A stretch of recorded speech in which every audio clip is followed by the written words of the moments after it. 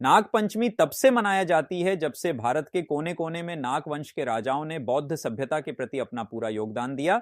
इन महान राजाओं के याद में यह दिन मनाया जाता है।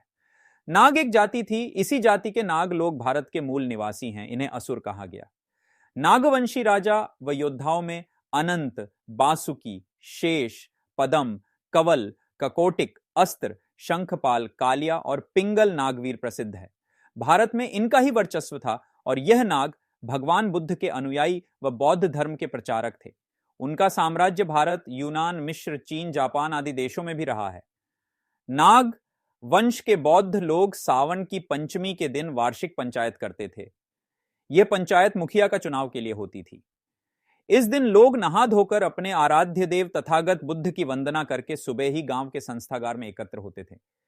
इनका आपसी रहन सहन समता, एकता, न्याय और भाईचारे पर आधारित था।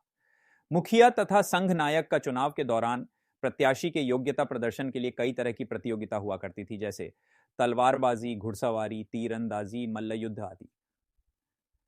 वर्तमान में भी नागपंचमी के दिन कुश्ती, दंगल कबड्डी, युद्ध कला से संबंधित दौड़, घुड़सवारी, निशानेबाजी आदि वीरता, साहस, कौशल और शक्ति के प्रदर्शित करने वाले खेलों का आयोजन किया जाता है। इसलिए नागपंचमी नागों द्वारा चयन किया गया वही दिन है जिस दिन वह अपने सेनापति, मुखिया और किसी श्रेष्ठ पद का चुनाव करते थे, वार्षिक बैठक किया करते थे। यह दिन नाग वंश के लिए केवल परंपरा और पराक्रम और वीरता दिखाने का ही नहीं था, बल्कि इस दिन का महत्व धार्मिक श्रद्धा और समर्पण की दृष्टि से और भी अधिक था, क्योंकि इसी दिन आर्य राजा परीक्षित व जन्मेजय द्वारा असंख्य नागों को आग में झोंककर मार डाला गया था। इससे आर्य व नागों में संघर्ष बढ़ गए। तभी से नागों को गुमराह करके उनके क्रोध को शांत करने के लिए उनके नाम की पूजा प्रारंभ हो गई। यह दिन उन्हीं नागों का स्मृति दिवस है। नागवंश की स्त्रियां इसी दिन को नदी, तालाब के किनारे जाकर स्नान कर बोध वृक्ष, स्तूप, चैत्य, गुफा, विहारों आदि बौद्ध प्रतीकों की पूजा करके घर परिवार व समाज के लिए मंगल कामना करती थी।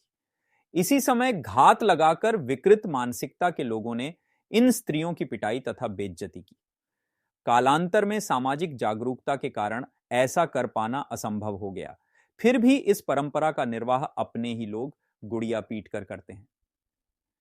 बाबा साहब डॉक्टर अंबेडकर 14 अक्टूबर 1956 को अशोक विजयदशमी के दिन लाख लोगों के साथ बौद्ध धर्म की दीक्षा के लिए नागपुर को ही चुना, क्योंकि नागपुर प्राचीन काल में नागों की भूमि थी और समस्त भारतवंशी नाग शासक बौद्ध धर्म के अनुयायी थे। शेषनाग का पूरा नाम शेषदात नाग था। उनके पूरे नाम की जानकारी हमें ब्रिटिश म्यूजियम में रखे सिक्कों से मिलती है। शेषनाग ने विदिशा को राजधानी बनाकर 100 ईपू में शेषनाग वंश की नींव डाली थी। शेषनाग की मृत्यु 20 सालों तक शासन करने के बाद 90 ईपू में हुई। शेषनाग की चौथी पीढ़ी में वंगड़ थे। इस प्रकार शेषनाग वंश के कुल मिलाकर 5 राजाओं ने कुल 80 सालों तक शासन किए। इन्हीं 5 नाग राजाओं को पंचमुखी नाग के रूप में बतौर बुद्ध के रक्षक कन्हेरी की गुफाओं में दिखाया गया है।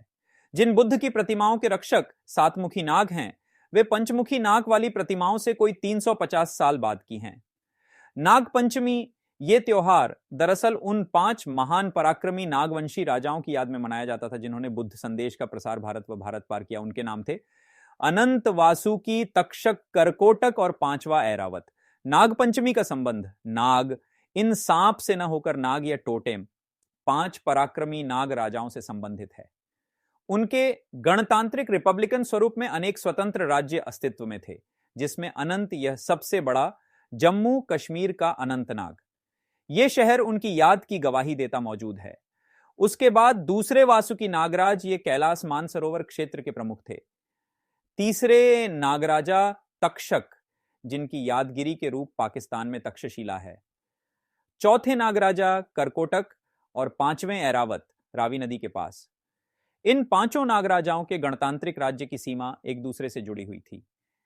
इस क्षेत्र के लोग इन 5 पराक्रमी राजाओं की याद कायम रहे, इसलिए हर साल समारोह आयोजित करते थे। वो नागपंचमी के नाम से जाना जाने लगा। इसका अनुसरण उन राज्य के अन्य प्रांतों के लोगों द्वारा किया गया। इस तरह नागपंचमी का समारोह पूरे देश में मनाया जाने लगा।